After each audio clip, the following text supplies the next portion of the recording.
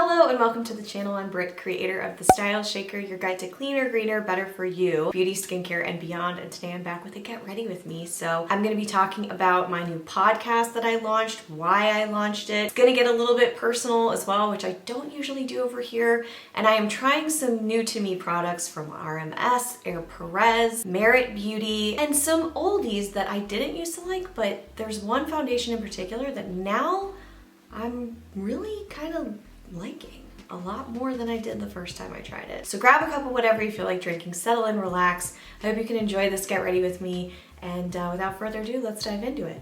Here we go. Two things. If you want to keep seeing reviews over here and you'd like to support the channel, take 2 seconds to hit that like button. It's a small thing and it makes a huge difference over here. The other thing is, if you are looking for like an incredible wow graphic eyeliner look, you're not going to get that. I do very basic makeup, everyday makeup. Skin looks like skin. Just wanted to level set before you got into this, but yeah, you'll see also some first impressions too. So I'll stop talking now and we can go to meet with a fresh prepped face.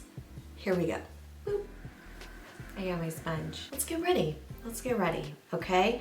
I have a pretty simple, another basic kind of look. It's not like fancy pantsy. That's not what we do over here, as you know. And I have prepped with a new moisturizer, which is really interesting. It's from a brand called Violets Are Blue. I just interviewed the founder of this brand for my podcast, Cynthia. What a story. What a story. Anyway, this is face and body lotion. That podcast episode is going live on Sunday, which is today. So if you are following me over there, it's called Whole Picture Podcast. Check it out. It's just this extension of what I've been doing for the past 5 years. And it's where I get to talk to people and hear their stories behind the brand, talk to holistic skincare experts and all the rest of it. So check it out. Cynthia's story goes from Broadway to real estate to breast cancer to starting a brand to, I mean, like, it's insane. It's just so cool to talk to people. So that said, that is a face and body lotion, right? So I put some on my face and on my body and it smells like lavender. There is coconut oil, but it feels lovely and it's not heavy at all. And I put a little bit of SPF. I'm using the Mara SPF. Links to everything that I mentioned will be below. And I have just taken out the Rose Ink Concealer, which I haven't been using as much, but I figured out how I like to use this. The doe foot is huge, it's gigantic and fluffy, but it deposits way too much product underneath my eyes. So what I like to do is put it on my finger first. And lately I've been putting concealer on after foundation. I don't know why. The opacity on this concealer is really, really strong. And you do not need a lot. I find I don't need a lot. It's also not heavy, so I have a full review for this up on the channel. But it does kind of, it blends in nicely. You just gotta be, I just can't use a lot or else it starts to crease like crazy. Finish this eye. You can absolutely also build this concealer. So I have some newbies and some products that I've used for a long time. So for foundation, one of these is the Ilia True Skin Serum Foundation. I have it in Selena. So I initially started with Tavarua. I can't believe I remember that. This is an interesting foundation. I'm finding it a little bit easier to use these days. I like using it with a sponge. Seems to be quicker and easier. Before it was like pressing in for 20 hours. Your skin changes, so I tried this in the very beginning, and for some reason my skin now is like more into it. I don't know. It works so well with this sponge, by the way. It's crazy how well it works with this sponge. It's very light, you know? I only put a couple of dabs. I gotta tell you, I'm not really into the heavy coverage. I'm still not. I probably never will be, because you can build it up. So normally I would just leave it like this, but I think for the sake of this video and you all watching, I'll build it so you can see what it looks like built up. Much slower, more controlled press to get the build. And it really built so well. Oftentimes these things look like they build well on camera or from far away. This, if you look close up, you don't see any settling around dry patches. It depends on your skin type too, but it really is working nicely for me. So also I don't feel the need to set this, which is interesting because this is on top of a very oil-based SPF, the Mara SPF. and it's working really well with it. That's the base foundation. If I was really doing this normally and not for camera, that would have taken me about 5 minutes, truly. I'm gonna use the Alima Pure eyeliner in black to do a quick wing. It's very hard to do this with this setup. Yeah, I gotta I'll be right back. I really do like it. I haven't used it in a while, but it's creamy, so it's great. It doesn't tug, but you have to be careful. It's not super forgiving if you're trying to get a very fine line. It's almost slick, you know what I mean? So you gotta be careful, but you can always smudge it out, so it's fantastic for smudging. I'm gonna do the other eye. Like a nice black eyeline, you know what I mean? Oof, I love it. So I have been talking about doing a podcast probably for 3 years. Probably for 3 years, at least 3, no, probably 3 years. By the way, I'm gonna use the new RMS. It's not so new anymore, but it's their eye lights, and I have this in strobe. I've been testing it. This is one of the best cream shadows that I've tried. It's probably gonna get on Britt's picks, and I'm just sort of giving it away. But I love this for an everyday neutral, actually, that you can totally build up and make dramatic. You can use it as a liner. You can do a lot of things with this cream shadow. I just love it for an easy everyday neutral on the crease. It's so, so cool. And it's also really cool as a base or a primer if you want to put something on top of it. There's a little bit more grip, but it never creased on my eye. It was great. It's just really good. It's really good. But yeah, back to the podcast. So I wanted to start this podcast. I'm not quite sure what made me actually start it. I had a really hard time figuring out topics. Truly, full disclosure, I had a really difficult time because I boxed myself into clean beauty and skincare here, knowingly and willingly, and I love it, but there's only so much I can do that's only about product. And I was so hungry to connect, I think like so many of us after the pandemic. I just wanted to have deeper conversations. I wanted it to be a dialogue as well. And it was really hard to have that over here. That's why I say I love getting comments from you, but I want to do it live. Like I want to talk one-on-one and make those deeper than just what goes on the skin. That's gonna still happen over here because I love it. It's sort of a happy place for me.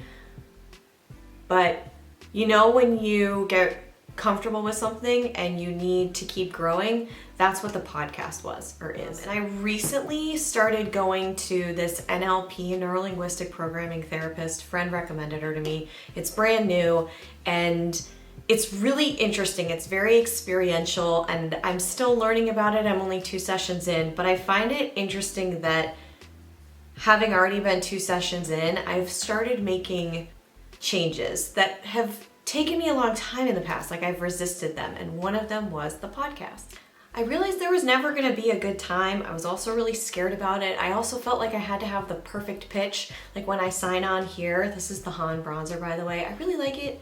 I'm not in love with it, but I really, really like it. It's very buttery. Good if you don't like a strong bronze. I also have this one, which I happen to adore, the Lily Lolo. I'll probably use that too. I was pretty nervous about starting it. I thought, okay, it has to be this, and I have to have the perfect opener, and I have to have people understand exactly what it is when they come on to the podcast.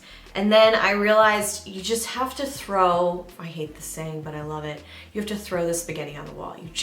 I have to try it. The whole point was to get away from a formula. These videos, my product reviews, I live by my scorecard, which is definitely a formula, and it works for this platform and what I do over here. But over there, I just wanted to take the guardrails off, you know?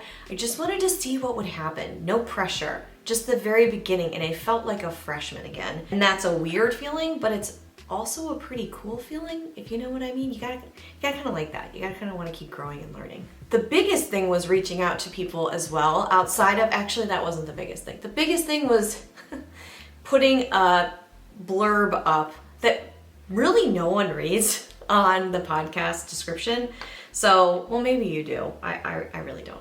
But getting that blurb pulled together, I just sort of whipped it together and I was like, listen, this is just gonna have to be good enough. I was very much so into the first pancake mode. So it's not always the best pancake, but it still tastes good. You know, you're just like figuring it out. It's your first pancake. The second thing is reaching out to people. And I was excited about it, but I was also intimidated because I had no episodes up. And I had a conversation with my friend who has a podcast, and she says, there's something you're not realizing. And it's funny because this theme has stuck in another episode or 2 episodes. There's something you're not realizing here, and it is people need that. They would actually welcome the invitation to talk about themselves, which I know sounds very common sense, but when you're doing it it's just a switch in perspective. When you're doing it from my end, I was thinking, oh my God, they're not gonna wanna talk to me. They're not gonna wanna be there. Yeah, I have so many guests lined up right now because I've just let myself open up to all the conversations. It's not like you have to have a clean beauty brand. Violets or Blue happen to be a clean beauty brand, but I'm meeting people through other people and enjoying the conversations, and the energy is really cool. And here's the other thing that's happening. This is kind of a personal get ready with me, which I don't do all the time. So I work a full-time job, right? Like I pay the bills, corporate. It's corporate. Sometimes it can be really frustrating, like any job can. And sometimes it can be good, but it was really frustrating one week. And I had set up all of these calls for the podcast. So I do it over my lunch break, I try to find time that makes sense without taking away from my other job, because obviously that's a very important thing to me. I was going from a meeting at work, which there were a couple of just super frustrating meetings for some reason one week. And I'll never forget, my mom called me, I think this was 2 weeks ago. She called me right after that meeting. I just said, I don't think you really want to talk to me right now because I'm in like a bad mood. I was just in a short, snippy, bad mood, almost like I was hangry, but I wasn't. I said, you know what, I have to switch gears and take this other call, which is for the podcast now. And she goes, oh my God, okay, go for it. Call me when you're done. I'm gonna go in with the Lily Lolo because now I'm talking and I'm getting obsessed with you guys know I love bronzer. So I have a conversation with the next guest. It's the preliminary, hey, let's just see if we vibe and if we both think we can support each other. It really is a mutually beneficial thing, which is also why I love it. And I love speaking with small brands. So often what hits over here on YouTube are the big brands, the Ilias, the RMSs, the things like that. And I have a very big heart and passion for small brands after working at Neiman Marcus and seeing small brands try and make it there. And it can be heartbreaking or it can be earth shattering for the brand, right? But 9 times out of 10, it's really hard for them to make it, is from my experience back in the day. I don't know about now. I finished a conversation with a brand and I go, okay, I'm gonna post it over here. I'm gonna talk about it on this, I have a community of around 50K right now. And I was like, Brittany, that's valuable to people. I'm saying this to you because sometimes we don't know what we don't know. And you might be sitting on something right now that is incredibly valuable to other people, but because it is coming easily to you or it's just where you're comfortable, you might not see it. So I'd like to just take a second and pause and let that settle in. I don't know if that resonates for you or if you've had this experience, do share it in the comments. But I got off of this call with this founder. I was like a different person. I was like I had had a shot of espresso, which is really all I need. I'm very sensitive to caffeine. I was crazy lit up, excited, and I called my mom and I said, I just want to call you back, not because I said I would, but I want to call you back so I can remember the difference in my energy. Because this I have not felt in years. And I wrote a post about this on LinkedIn. I haven't felt this in years, and I can't tell you what it actually is yet.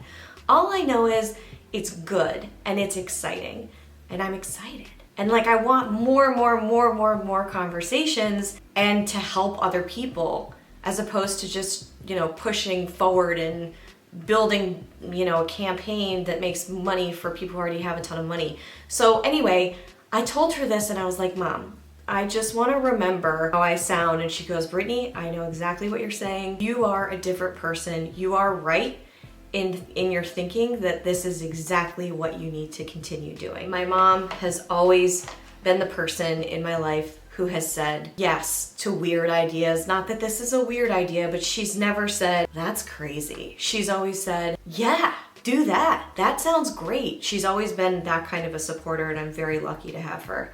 And I know it. So now I'm using the Ilia Color Haze Multi-Use Pigment. I've had this for a while. This is in shade Temptation. I've really started liking it. I don't know, blush. You guys know I go in and out of blushes, but I like this color. It's a really pretty pink. So I'm following the feeling, not trying to, you know, force anything. I'm just following the feeling, and the fact that this podcast can also help the brand side, like over here I get to help you. It's all about empowering you with information. And yeah, like I love the long form content. The people who have stuck around with me the longest, the people who are on this channel and the most engaged, I had another epiphany about that too. It's a smaller segment of the population on my channel, or the community in my channel, and you all are the ones that are the most important to me. I love when new people come in and they get a review that helps them on their way. But I realized I wasn't doing this more connective kind of content that this small crew has told me they really enjoy and appreciate. And I just shuffled my priorities, which is why I'm doing a Get Ready With Me. It's for you.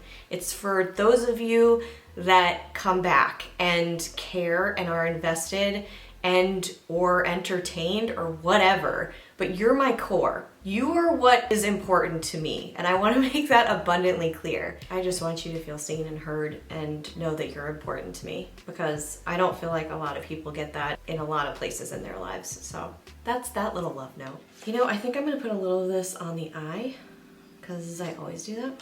So there I am, chugging away at podcasts on lunch breaks. I will put a link to the podcast below if you want to check it out. I created a separate website for it. I'm posting about it also on my Instagram account at The Style Shaker, which, by the way, I think I'm just going to merge into Britt Wit. I think we just want one Instagram account at this point. It's like too many accounts. I will keep you posted on that. Whatever. You can learn more about the podcast and listen to it. I'm still finding my footing and having a hell of a good time doing it. You know, it's kind of like, yeah, I'll talk to you. Yeah, let's talk about that. This is the new Calorie mascara. This, by the way, is a tubing mascara. It's really good. I just wish it was easier to remove. It's not the easiest to remove. Which, as a tubing mascara, it should be a little, I don't know, maybe that's just me, but I'm finding I'm tugging a little too much, and I don't like tugging on my lashes because I like them to stay. Now you can see the before, here's the after, maybe. Pretty good for lengthening. I think it's more for lengthening than volume for me, but it does a good job with both. What's funny is when I was removing this and you use a little bit of warm water and then you kind of like shimmy shake so you're not tugging anything, the lash tube got longer and my lashes looked crazy good long, but I don't think that's how you're meant to do it. I don't think you should like pull the tube. That sounds so weird. You guys know what I mean, right? Do you know what I mean? There you go. Nice little lift, huh? Press it up a little bit. Even more of a lift. I don't look for curls, so I did not pre-curl my lashes. What? You're insane. Why don't you do that? Because I just don't want to, you know? Do what feels right to you at the end of the day. That's what matters most. I mean, as long as you're not hurting anybody else. Or yourself. I have another tip for this. It's just occurring to me now as I'm using it. I got the travel size of mascaras. I prefer to do that because, especially when I'm trying them out for the first time, well, because it's like a sample, but also some mascaras dry quickly, and so if I have the full tube, I can't use it fast enough. I find I get more use out of it. So this has dried down pretty quickly in the tube. It's already getting a little bit clumpy upon application. Not bad, just a little bit. So if I had a full tube, I wonder if I would be able to use it fast enough. So anyway, I'm very pro getting the travel size. I'm not sure if that would be your experience too, but just throwing it out there. And you can build, but it does dry down. But yes, it certainly is an eye-opener. Get it? That it's eye-open. Now I have two newbies in the lip department. So I have the Merit lipstick. I have this in the shade Baby, and I also have the shade Cabo. And these containers remind me of like an old school L'Oreal that I found at CVS. And I don't know why, it just does. But I've tried the Cabo. The Cabo is more of a warm brick red. I like cool reds. I didn't pick that one well. This was gifted by the brand, by the way. This is Baby, and you'll see. It smells like an old school lipstick too. This is more of a tone on tone for my skin tone. It's like a natural pinky sort of neutral shade, and I actually really like it. I'm finding that the payoff on these is a little bit lighter which could be your thing. This isn't the super saturated. The two colors I have are not super duper saturated for me. So I'm liking it, but first impressions there, I'm not loving it. I'm not loving it yet. I'm just gonna be honest. You guys know I'm always gonna be honest. I also received these cocoa crayons from Perez, well actually from the Detox Market, but they are Perez cocoa crayons. I have them in a bunch of different colors. They're very sustainable, obviously, because this is just a pencil. Very easy to use, incredible pigment and payoff. The one setback with this is they get really messy. You can still use it and file it down, and that's okay. It kind of reminds me of the Axiologies. Those don't really get this messy, but they get kind of messy. Like the lids and stuff get messy. So anyway, I've been using these. I will probably do a review soon on the channel. I don't know what I'm gonna do for that, but I just wanted to feature them over here and let you guys know that they do exist. Like that M&M's commercial with Santa Claus. Sorry, you do exist. This is shade Grace. This is another neutral, so I'm just going to add a little bit more definition on the lip using this.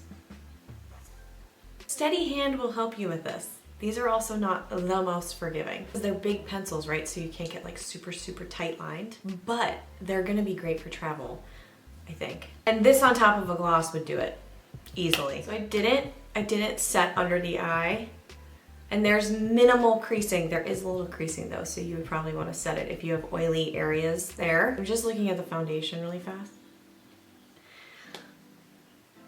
It's really good. I don't know why I like it now. I don't know if the formula changed or what.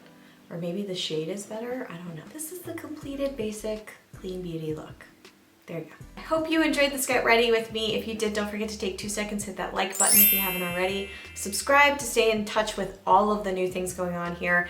And if you want to check out the Whole Picture podcast featuring me and just really inspiring conversations from inspiring people, that's what I keep saying it is, then you can click the link below to check that out. If you have guests that I need to hear about, or brands that you want to see featured on there, or friends that are brand founders, let me know. I would love, love, love to know. As I said, I'm in this like, let's talk to everyone mode. It could be holistic skincare people, estheticians you love, Reiki masters, dermatologists, whatever. Sky's the limit. Let me know if you have ideas. I'm open to them. I'm gonna go put everything away, and I'll see you right back here real soon. I hope you have an amazing rest of your day. Okay, bye.